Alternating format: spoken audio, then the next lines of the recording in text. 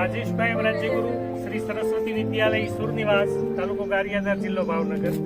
મારો ઇનોવેશનનો વિષય છે એજ્યુકેશન ઇનોવેશન ફેસ્ટિવલ 2024-25 અંતર્ગત સહશૈક્ષણિક પ્રવૃત્તિઓ દ્વારા વ્યક્તિત્વ વિકાસ।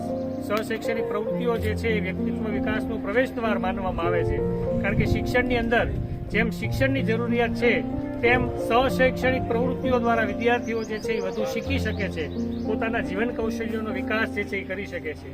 એ પ્રવૃત્તિ એ પછી શૈક્ષણિક પ્રવૃત્તિઓ પણ હોઈ શકે, સાથોસાથ જીવનલક્ષી કૌશલ્ય આધારિત પ્રવૃત્તિઓ હોઈ શકે, ઇકો ક્લબની પ્રવૃત્તિઓ હોઈ શકે, શાળા સલામતી અંતર્ગત થતી અલગ અલગ પ્રવૃત્તિઓ હોઈ શકે। આ સાથોસાથ પોતાના અને સમાજના આરોગ્યલક્ષી વિષય અંતર્ગત થતી પ્રવૃત્તિઓ પણ હોઈ શકે। આમ પ્રવૃત્તિઓના વિશાળ વટવૃક્ષની સાથે સાથે વિદ્યાર્થીઓ જે છે એ શિક્ષણ પ્રત્યે અભિપ્રેરિત બને એ હેતુસર આજના આ વિષય સાથે આ ઇનોવેશન ફેસ્ટિવલની અંદર મેં મારું પોતાનું પ્રેઝન્ટેશન જે છે એ રજૂ કર્યું છે। આ સાથે વિદ્યાર્થીઓ જે છે એ પોતાનો વ્યક્તિત્વ વિકાસ સાધી શકે, અલગ અલગ રીતે વિદ્યાર્થી જે છે વિચારતો થાય, સારા ચિત્રો દોરતો વિદ્યાર્થીઓ જે છે એને મોટિવેશન મળે, વિદ્યાર્થીઓ જે છે એ શાળાની અન્ય પ્રવૃત્તિઓમાં સહભાગી જે બને છે એને પણ મોટિવેશન બને।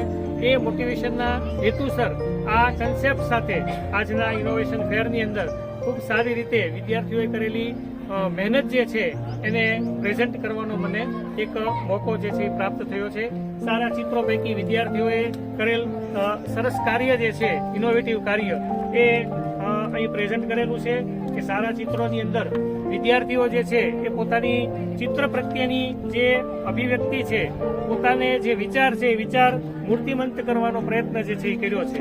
અને આ પ્રક્રિયાની અંદર હું સહભાગી બન્યો છું, એનો પણ મને ખૂબ આનંદ છે।